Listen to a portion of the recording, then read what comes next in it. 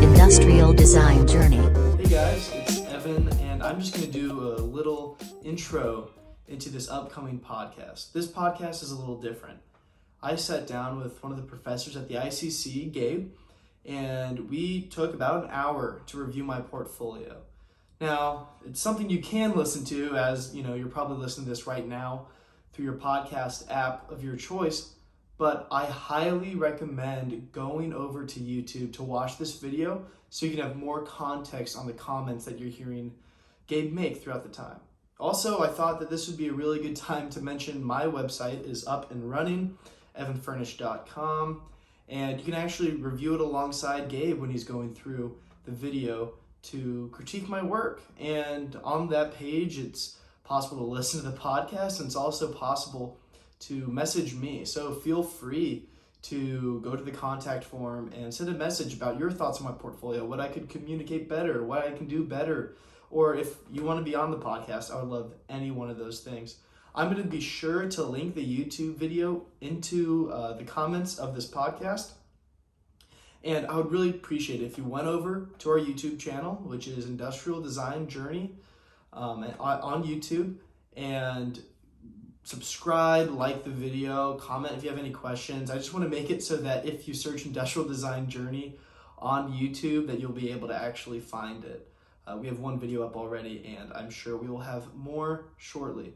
Thanks for listening to this intro, and I hope you enjoy my interview and portfolio review with Gabe. A really good place to start, I guess, is because I have two portfolios. One is the print one that I have. I think this is the most updated one from my understanding. It should be. I've changed the order for different job applications and stuff that I've done. Right. And I also have a website as well as the two separate things. But this is pretty much, for the most part, unchanged from, what month was that last year? Like April? When you would have submitted your portfolio. Yeah, for the most part. It's especially in InDesign, it's a very intimidating task. So I just didn't really go into it. But what are your thoughts on paper versus website portfolio? Oh, that's a great question. I think I'm on the tail end of the adoption curve when it comes to at least encouraging students for website design. I have my own website, and I use it because it's a great resource for easily updating your work. Yeah. I still think there's value in the portfolio as a document, and one of those values is understanding page layout and getting a grasp of how to communicate your story on a page. So I still think there's some value there. Whether or not it still needs to be a full PDF like this, I think these are going out of style, and I think we're going to start at the ICC's shifting so that we're putting more of an emphasis on website. So I'm glad that you already started with the website. Yeah. And a lot of your classmates, a lot of the juniors are doing the same thing as well. The storytelling is so much easier to identify and assess in the PDF. Yeah. I think, because it has a start and a finish. With website, it branches out. Yeah. But that's one of the things that I'm going to be looking at is the storytelling, how you're telling your story. No. And that's why I wanted to bring it up. Yeah. Because glancing at this earlier, I could tell that was something that you weren't really flexing. You weren't really telling the story of who you are and how you go about your design process. You have these snippets here, but I think there's a lot of things that you can get into deeper. So I think there are several different passes we could take when we look at this. One is just the technical. Okay. What are you technically doing right, and technically are there things that you can improve? So that is like typo and alignment. If there are any issues of where your images are, or are they placed in the right spot? Those are some technical issues that we could take a look at. And then we could talk a little bit about style as well. And that's less subjective. That's why technical is its own pass. And then looking at the style and aesthetic is another thing.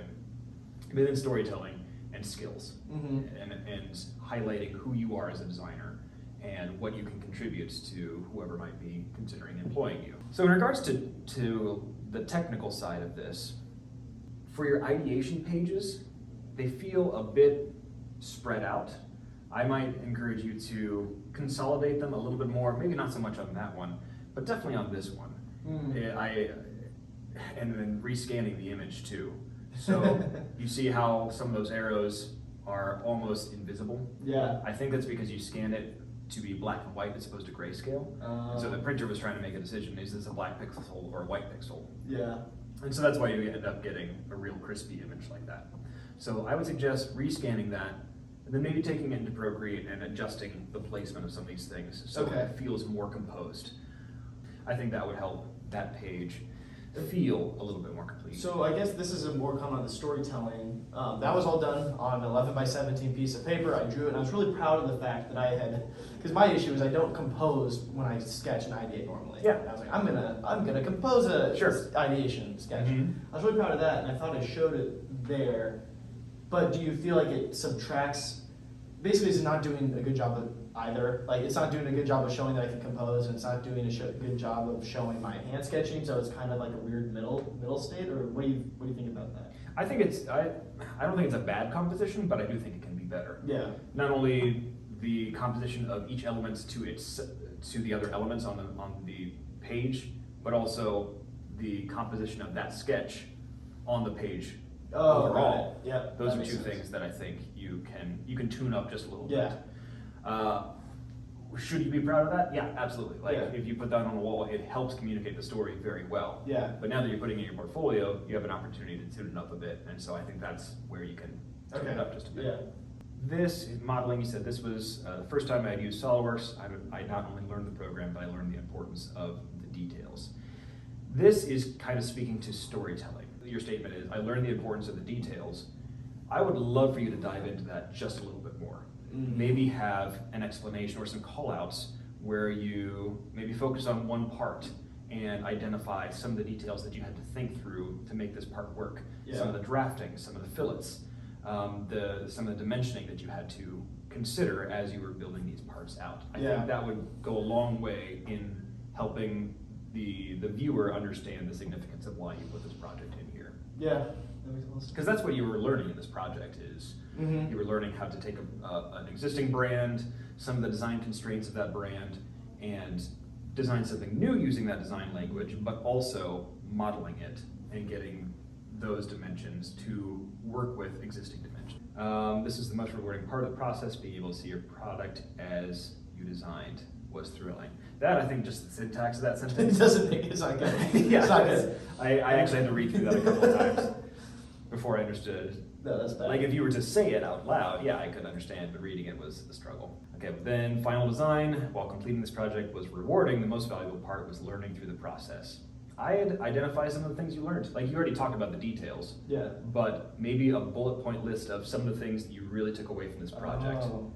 That shows, that's gonna help us look at this project and understand why this project was important, but it also helps us understand this guy can learn from his experiences and he has an idea about these things that he's already listed. So now we're moving on to the branded backpack. And this is another storytelling element that I think you're really missing here is the goal of this project was to design a backpack for New Balance while learning the design thinking method, but there aren't many elements of the design thinking method that you included here. Design thinking method it's very human centric, and so you would have developed the user persona for this assignment, and you would have been identifying their needs, and I think that's what's missing from this. Everything else about it is well constructed, like great competitive set, great identification of brain language, and mood board. Like those are all really valuable skills, and I don't think you should undermine that you can do that and did do that for this project. But if you're saying you're doing design thinking, then include what makes design thinking different from any other like non-human centric design model. I love the way you compile these sketches. It's active. It tells a story. I can see the things that you considered and explored, design guidelines, multiple carrying positions, pockets with easy access from traditional wearing position. If you have a period there, put a period on all the other sentences. Similarly, capitalization. I do this as well. If it's a two-word sentence or phrase, Yeah. I'm so tempted to make the second word capitalized. Absolutely. When not doing that with anything else. So adjustable storage, structured bag, versatile styling, quick, simple interactions. What you have here, you might want to do something like that here, where you identify what the problem was that you're trying to solve. Yeah. Again, that speaks to the user and who they are and what they need, but that is going to help us understand that much more why these design guidelines were important. Yeah. Absolutely. And the finished design, okay, well, it ended up much differently than I had originally thought, which is good. Like, that's the nature of design thinking, is sometimes you end up somewhere completely different. I think this shows the value in ideation and sticking to your design guidelines. Good. Another technical issue, you could call that an orphan or a widow, where there's just one word on the end of the phrase. I think with a paragraph of this size, probably not a huge deal, but just something to keep in mind.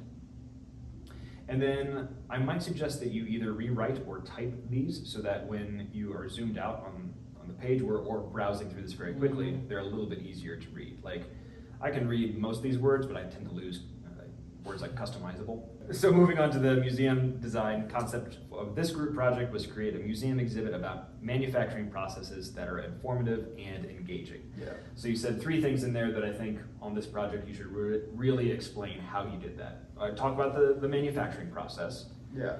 Talk about how it's informative. Talk about how it's engaging. Which means you might need to make your storyboard a little bit bigger and add some words to explain how they actually engage with it, because that's like the actual design problem solving that you did right here, and this is certainly this is problem solving, but this is a lot more of a stylistic choice of how you can get a theme expressed in a space. I don't know that I would include the foam core model. Like, I don't know that it actually contributes that much to the story. What you could do instead is take something like this and blow it up so that you can provide, because I think this communicates more than the foam core model does. So yeah, you could blow it up so they understand the context in which you were designing this exhibit, that you had like a little hallway right there. Well, then why did you make us do it, Gabe? This is your no, kidding. I'm not making them do it this year. Okay. Yeah, I saw all of your models and thought, those weren't that great. maybe I shouldn't have them do it this year. A quick note while it's on my brain. Yeah. So the top right corner, you kind of zoomed in and showed it for a second. It was Your contact info? Yeah, my contact info. And I was told that by another professional. Yeah. He was like, because you never know when somebody just screenshots like a thing you do or a page or stuff like that. Yeah. And it's important to do that. And is it too unreadable? I was thinking like, you might not even notice it if somebody took a screenshot of just one page or the spread. I can't tell if it's because partially I'm looking at a shrink down version of a screen at lower resolution on it, whatever. Yeah. But do you think it's too small or anything to be done there? I think you could give it a little bit more visual weight. Yeah. Whether the text is thicker or darker, and then I would maybe move it down just a little bit. Yeah, because that's going to get cut off if it's not a perfect printing job. Yeah. I had looked over your portfolio once, and then as I was sitting here with you, that was the first time I noticed it. Oh, yeah. Which that's not the goal of it, is for it to get noticed. It's to stake your claim if this document gets shared. This is great. I think the description here, you could probably condense this a little bit. Yeah. So you say, back in 2017, I designed a user interface concept on a napkin while riding in a car. In 2019, I was finally able to create my idea in a more tangible sense.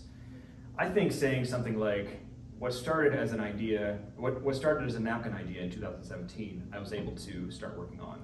I was able to realize in 2019. I don't know that riding in a car is crucial to this story. No, it's not. Doesn't make it that much more impressive. No. Just makes me like happy because I remember where I was. Yeah, Like, yeah, sure. When you're writing it, you're like so excited. You're like, Oh, they want to know absolutely, yeah. all of this. And You're like, I think that can probably be, if someone if you're talking about this with someone, that can be part of your story. yeah. But written out, it doesn't feel as relevant, especially because people don't spend a lot of time on any of these slides. The actual ergonomics of this, I would suggest you take this and overlay it onto a phone and show a hand, Yeah. so that people can see like, oh, that actually does look like it's more comfortable. Yeah. And I would also show like you can switch from right-handed to left-handed interface. Yeah. Maybe with a quick touch of a button. And here you say each logo you see in this operating system was designed and created by myself. I wanted to, it's like a double space there, make something completely new and intuitive. Each app has its own unique color, but a uniform style is applied throughout. It's great to describe it, and I don't think you should get rid of that, but you have this space here. Mm-hmm. I would say lay out the icons that you designed in that space to celebrate the fact that those are different and those are yours as well. Okay, that makes sense.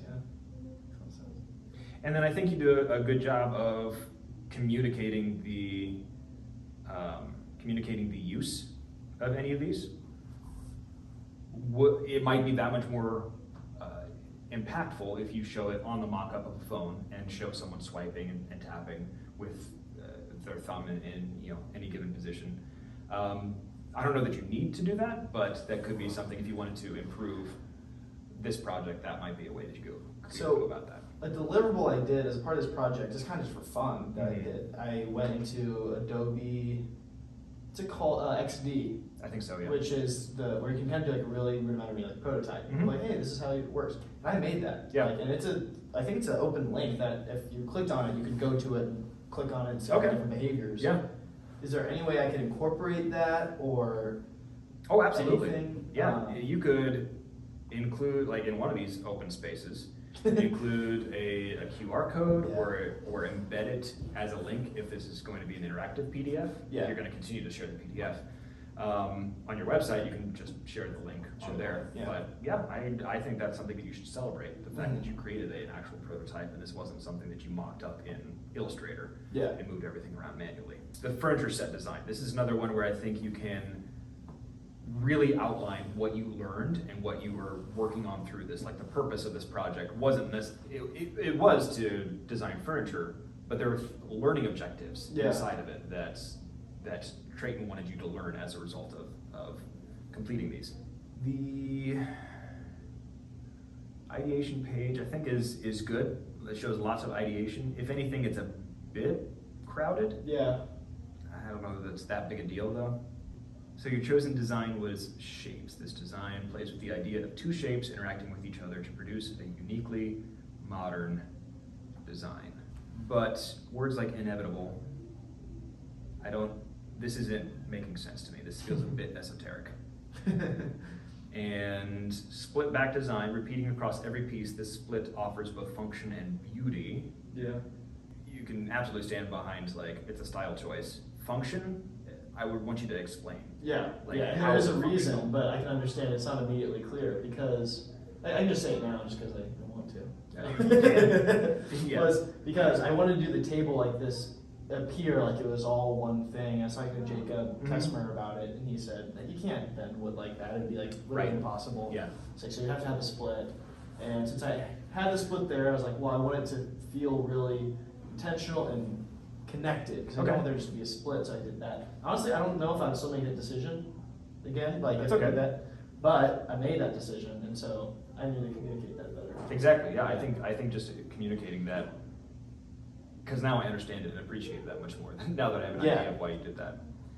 Similarly, you say comfort. Both the base of the table and the seat are upholstered steel frames wrapped in a comfortable fabric. This allows the user to be comfortable in every aspect of their dining experience. Yeah. In every aspect of their dining experience. Yeah, and I have a reason there. Okay. But I when you're reading it and you're in it, you never take a step back. I feel like you need somebody. So for that, I wanted the feet to be actually accounted for, so you can rest your foot on something soft.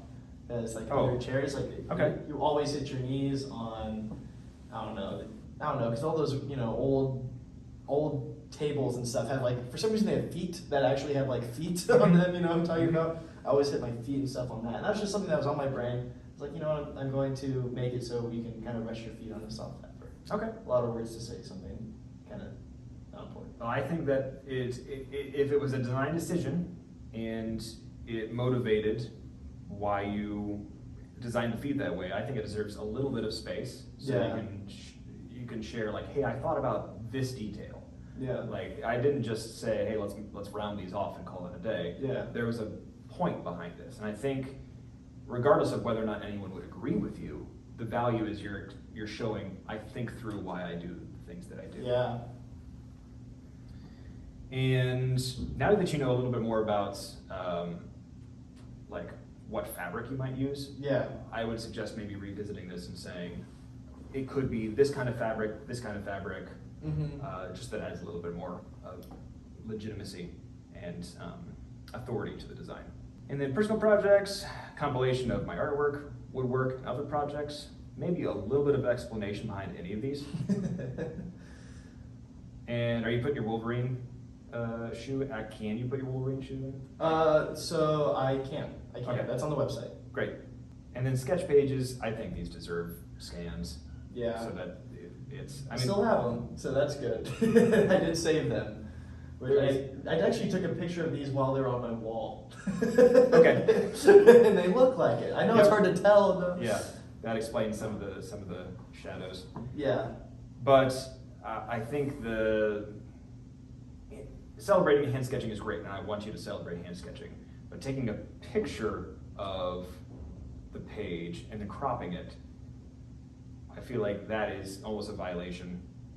I would suggest taking a picture of it, and you could look at not cropping it or scanning this in, so you still get the texture of the page and see that it's hand sketched. Remember to set it to either color or grayscale, so that it picks up all the nuance in there. And I think that might get you something that looks like it belongs on the page a little bit better. Yeah. Yeah, because that was definitely one of those things where the composition wasn't great on all of them, and so I kind of made that decision on one of the ways I was going to crop it, so I repeated that decision. Yeah. Which kind of might have repeated a problem. And then another thing it's just been so long, it's kind of fun to think back about. Right. Because I actually, this summer, I think I might mention this to you before, but I spent multiple weeks working on a catalog for the company I am working with. And it was over 50 pages, and I had to do it in a week. And so I was InDesign, master pages, print it out, have 30 people review it, and the people are sending me back 30 different errors. And so I get PTSD when I look back in InDesign and think about all the hours and hours and hours I spent in it. Yeah. But in the same way, that was this summer, and I have learned a lot about the program, the way it works. I'm already thinking of ways I can do it better.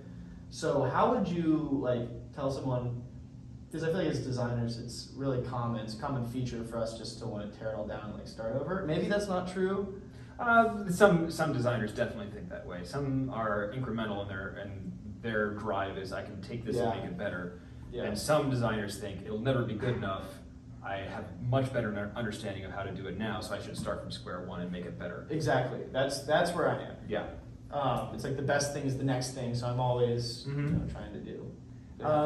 So are you asking, do you need to tear this down and start again? Well, what's your advice? Because in my brain, that is where I go, and that's what I did with the catalog, because the catalog had it was made by another designer with their different construction of the document, different things like that. They had so many things wrong with it. I told them, I'm going to rebuild this, and it ended up making it quicker.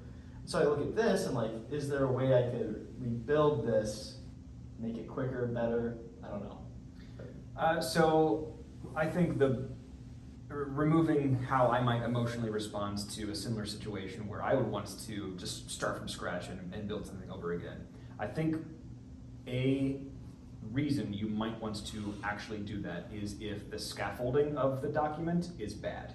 Yeah. So you've spent time in InDesign, you know that there's so many things that go on behind the scenes that are hidden that make this work or not work. Yeah. You can just drag and drop stuff in there, and if that is your method and you think, I want to make this better, then I might suggest starting again so that you build the document well. Yeah. So that it is easier to update it. That's exactly it, because I'm thinking about this document, I'm thinking, I actually, I pretty much custom composed every single one of those pages for the most part. That's a lot of taxing work. And it makes me very hesitant to go back into it and embrace the website, which is what we can talk about next. But, sure. I think your advice does make a lot of sense. Well, one thing you could do is you could cannibalize this for something new. You don't have to necessarily try to redeem this document, but you can take some of the things that you spend a lot of time to create and maybe scrub the content, but leave the framework there so that you can use that as a master page or a template for future documents. Yeah. So you're not wasting your work and you're learning from some of the things that you've already started. That absolutely. And I kind of did that on my website. This is when I was learning industrial design for the first time, like going through it. Mhm. And I didn't have a style. I would say I still don't have a style. On my website, I try to define one a little bit more. Yeah. But I felt when I looked at all these other portfolios online, each one just felt so cohesive. Yeah. And like every ideation page had the exact same style. Mhm. Every rendering had the exact same style. Everything like that. I was doing this on school computers on a different computer every day, Yep. on paper, on iPad, like jumping over, and it's chaotic, and it's hard to look at something and build like a cohesive theme. Mhm. How do you like recommend like approach that? Simplest recommendation is buy a template online and Yeah. let someone else do that work for you, Mhm. so that they are the ones who decide what the color palette is, the framework for each page. Like, that's the easiest way to go about it. If you were to start from scratch and do it yourself, then I would try to see if there's a way you can make those decisions ahead of time. Like, hey, what are some of the colors that I'm going to use? Do I want to keep any of my kinds of pages consistent, so that if I use this color or this template, they know it's an ideation page. Got it. And then use a grid.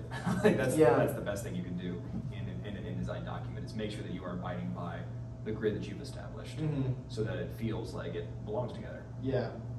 Overall, would you say this at least felt like it belonged together? Like in terms of overall design? Until we get here, this feels like it doesn't belong. Yeah. But everything else feels like you, and this is slightly different. Like, I think it still feels like it belongs. Yeah. But it's just a very different flavor than everything else that you have. True. And what do you think about including that project? Do you think it adds? Because this is weird. If you show this to somebody, like, what does he want a job in? Mm-hmm. You're like, no idea. I have no idea what this person wants to do. And I think that goes back to storytelling. At the beginning, I think you should tell a little bit more about yourself. You say, I'm an industrial design student at the International Center for Creativity in Columbus, Ohio. I'm interested in designing products that balance the beauty of design with function, keeping the user in mind. Which is great, but I think every designer should want those things. Yeah. I think you should talk about the fact that you are insatiably curious. Yeah. That you are always thinking about a better way to do something, and you want to learn from all different kinds of disciplines Yeah. to be better at what you do. Mhm. So something like that helps explain, not only like giving context to the projects, Yeah. so that this Yeah. UX interface doesn't feel as out of place, but also Yeah. communicating, this is the value that I can give to you if That- you hire me, is that- I'm gonna keep learning. That is a great. It like kind of just clicked when you were giving that explanation, because if you look at this project of somebody that, like for instance, if I show them the Automoblocks project and they're like, well, and I'm presenting it as, look how good this is, rather than frame it as, look how much I learned Exactly. in a short time. Yes. It looks different. The images look different. You're appreciating different parts. That makes so much sense. Yeah, especially as as a student. Like, Yeah. You really need to sell, not necessarily your specialty, because you don't have one, and not even No. your style, because some students have developed a style, but I wouldn't expect anyone to develop a style. That Yeah. happens naturally over Yeah. many years. But if you can communicate how you are willing to learn from any experience, that's what's going to make you a valuable asset. That, and you do have the skills to actually pull this stuff off. Yeah. Thank you. We'll appreciate that. Yeah, there's only one other thing, is you have skeuomorphism here, and these bright colors. Nowhere else. Else, yeah. Like, we have a little bit of the skeuomorphism Well, here. I had like I think it was like a free trial or something like that to like Getty Images, and they had like icon packs. Okay, yeah. I got really excited. Yeah. So. So yeah, those feel very out of place. I like them. a Oh, they're lot. great. Yeah. I would say if you want to use them, make sure that it's consistent Yeah, with the rest. absolutely. And the numbers might also be a bit meaningless, because we have the introduction, and 2 Yeah. is projects, 3 is passions, 4 is contact. But do you have the No. numbers here? No, I don't. Yeah, so that you doesn't don't make any sense. Revisit those numbers. It must have ever. been a 4 number icon pack. Yes, yeah, that was the free one. Yeah. You have to pay for 5. So yeah, let's move over to your website, which I actually have not looked at. So this is going to be my first time looking at it. Brief, design a shoe for 24-year-old. Inspired by classic skates, simple construction, $90 to $120. So what I'm going to be looking for when I see these things listed in the brief is, how did he address each of these things? Okay. And I read this as a mood board. I don't think you need to label it as a mood board. And it is for, like, it needs to be rigid, right? Was that one of the, or was that what you decided? You decided you wanted it to be for this market. It needed to have a safety toe. It needed to have a safety And toe. I didn't, Okay. I didn't say that. That's a huge oversight. Yeah. That was like the drive of this project. And I have it kind of here, but that should definitely be communicated better. And on that note, I think you can show some of the existing safety toe products Yeah. to show that that's your competitive set, and like nothing looks cool. Yeah. And so the gap in the market is like, hey, would a 20 to 24-year-old want to buy any of these existing shoes? Yeah, that's a great point. Probably Instead, but a stock image of tools communicates No. a lot. Oh shoot, I hadn't gotten close enough to that. There you go. Boom. There Yeah, you go. that's Stock image. I'm of sold. Yeah. He wants a shoe he can take a lunch break in without feeling like he's wearing work boots. Has never owned a pair of safety boots or safety shoes before. Yeah. Does not want to spend a lot of money on an expensive pair. Does not like traditional work boot styling. That's fair. Yeah. Kevin Bird, 25-year-old construction worker. Priorities: safety toe, athletic styling, all-day comfort. That's interesting how you read it backwards. I was just thinking about that. Because your eyes definitely go to the goals and Yep. frustrations first. That's an area of greatest contrast. Yeah. I mean, I don't know. I guess that's the most important part, I guess, if I Sure. wanted to read something. Oh, it's beautiful. This is a great ideation page. Thank you. Like, it shows that you were thinking through some stuff, but it also looks really cool. Thank you. And great notes, the subtle W grip, classic branding. Yeah, you're doing a lot of things well on this ideation page. Oh, thank you. And so the decision there that I just want to talk about, because On this page or no, above? yeah, on that page that you were just on. That one, okay. No, sorry, the other one. I don't know. Ideation. Whatever. Yeah, that. I put it sideways because I thought I don't know if I even want you to read it. Like, I don't know if that's important. I had it there because if there was for any reason like confusion or something, that it was there on the side to like clarify what it was showing. What do you think about the sideways or Sideways ideation? I think that works great. Okay. Yeah. It also feels thematically appropriate. Okay. Like like the typeface that you chose for that, it's bold and strong and feels like it belongs with this page where it's gritty, there's texture, it's rough. So I think it's fine. It's not that long of a word. The longer the phrase is, the less it makes sense to put it sideways. Yeah. But ideation, it's perfect. Okay. Don't worry about it. Strong but subtle W branding. It's actually harder to see the W in these images. Like that That's one, true. I see it immediately. But here, I'm looking at almost everything except for that W. True. It might be worth it to bring in some reference images from skate styling so that even if someone isn't as familiar with skate styling, they can see how you made the choice to take some of these elements that they're now more familiar with because they can see your mood board for skate styling and turn it into something that looks like it could be on a job site. So I think I should replace at least part of that original image that we were looking at, like that one. Yeah. We should replace that with something I did kind of in my New Balance project. The very simple, concise, competitive set. The very simple and concise, whatever the other one was. It sticks with you. Yeah, yes, clearly. Yeah, I think that could work. Okay. Now it's gonna bug me. What was it? Brand Brand language, language, right? okay. Yep. But that's an interesting thing to bring up. It's one of those ways. Yeah. It's an interesting thing to bring up is the idea that one of the things we're talking about is that Wolverine doesn't really have a strong brand language and they don't have a quarter panel Yeah. logo. Mm-hmm. I don't say that anywhere. You should. I really should. Yeah. Yeah, because that's what I wanted to do. I want to give them something that this could be your new quarter panel logo or design or whatever. It's functional, it has the W in it, all that stuff. I don't tell that story really anywhere. Yeah. So I think something like this is going to be great, but make it bigger. Bigger, yeah, okay. This seems like appropriate Yeah. for how much space it takes up on the page. But since that's such a driving force for why you made some of the decisions you did here, Yeah, I think those should take up more space on the page. yeah. Outsole is getting technical. Yeah, I Good. guess that is overall communicating that I went into detail. Yeah. I think it. Which is fine. Okay. This is great. Does it kind of end flat, or does that end? To answer that question, to answer the question you didn't ask, could I make a more impactful final image? Yes. Yeah. Yeah, I think so. I think you should keep this, but maybe show the flashy image again. Okay. Do I just? Is it tacky to show the same image again? I don't think so. Okay. Sounds good.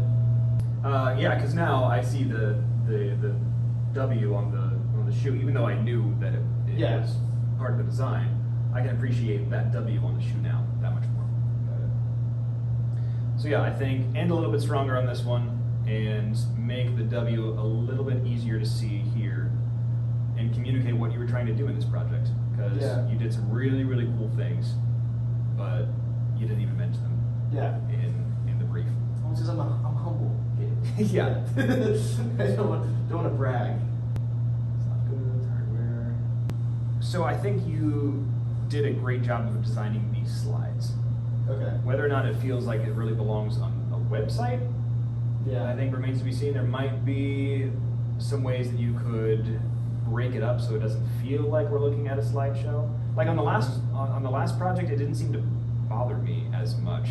Yeah. But here, because I think there are multiple elements that you're trying to frame within what would be the slide, that feels appropriate then for that context. Here, it feels just a little bit out of place, and most of it is that a lot of the images are now smaller. Yeah. So I think you might want to give yourself a little bit more breathing room, like flesh it out, have more images, so that we can appreciate some of like the colorways. Yeah.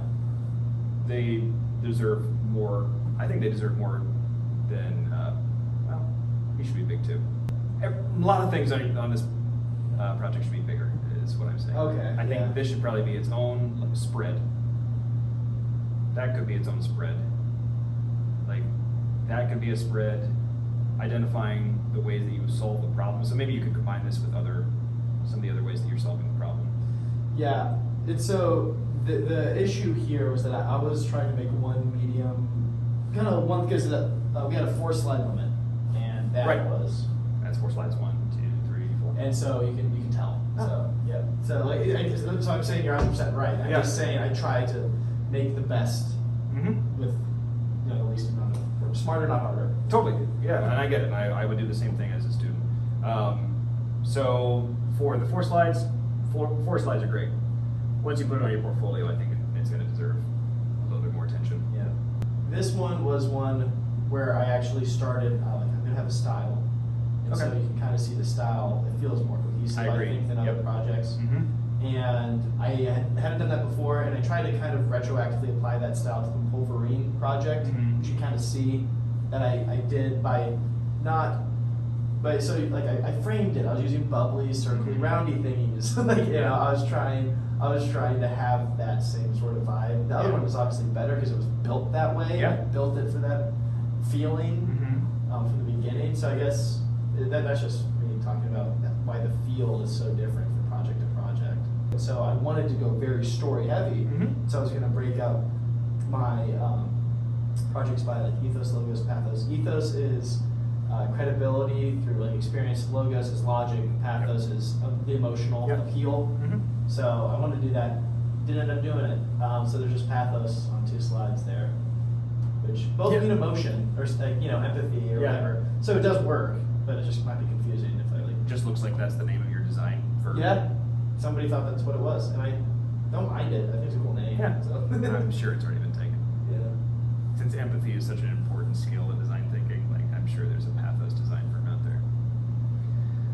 Okay, so now I can see the theme.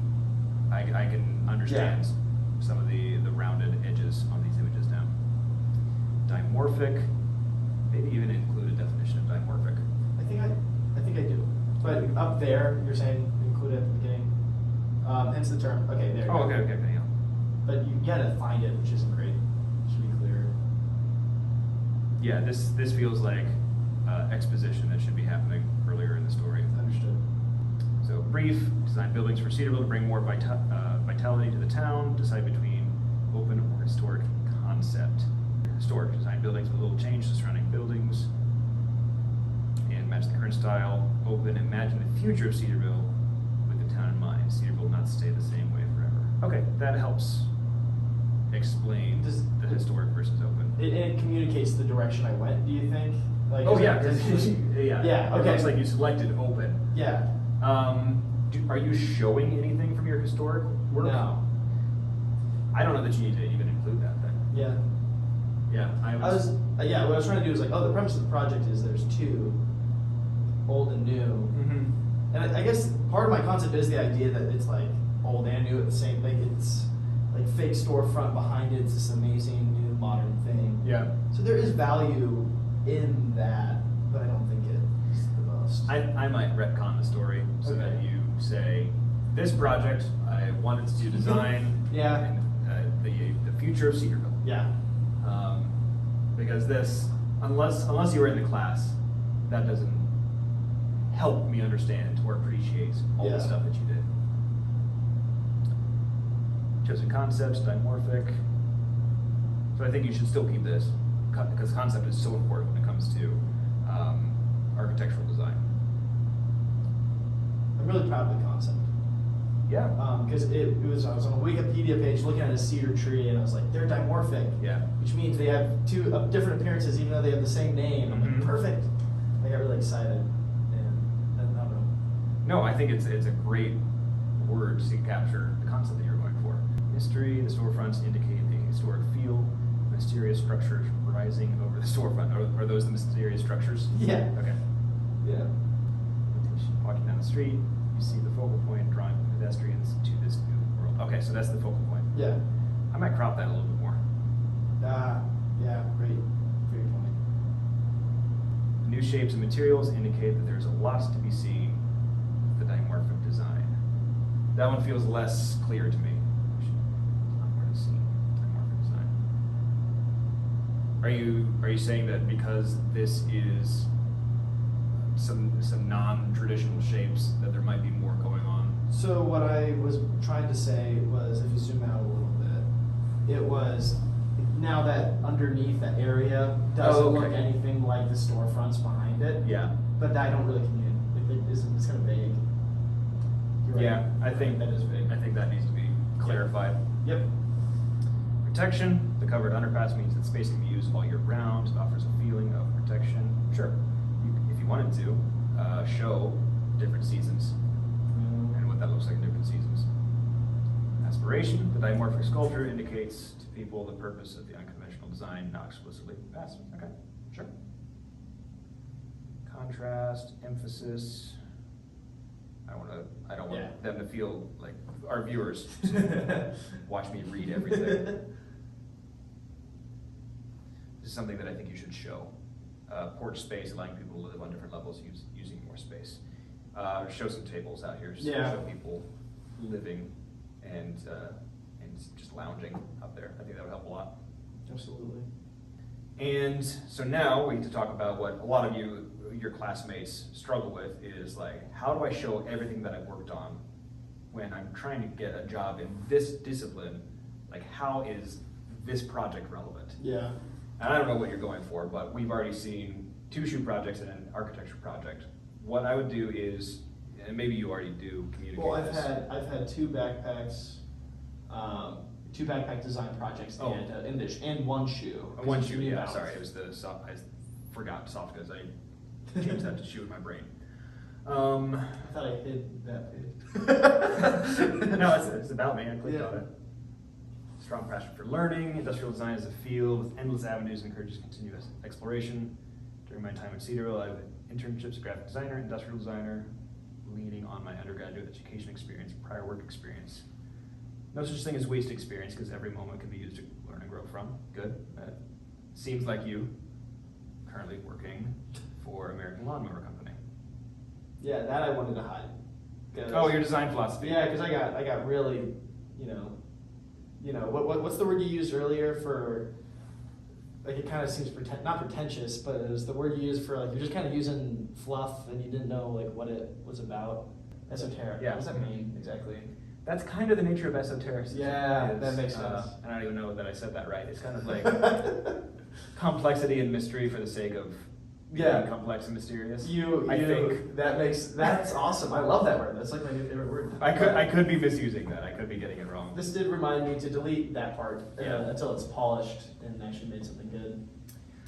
And we've already looked at routes. Sorry, what were you going to say? I was going to say what you've included there. I think that's the kind of thing that you should include in your portfolio. Got it. The PDF, basically saying like, I love learning about things, but I might consider shortening it and separating out some of the information. So it might end up looking kind of like a resume, but you could have a section where it says internships, and you could show like a bullet list of some of the internships that you had.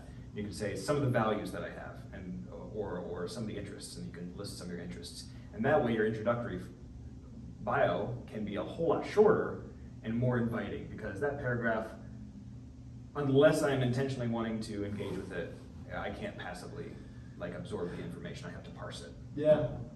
So that is a suggestion. Makes sense. But the reason that I went to this page is because I wanted to see, do you address the fact that you have a variety of projects in there? Yeah.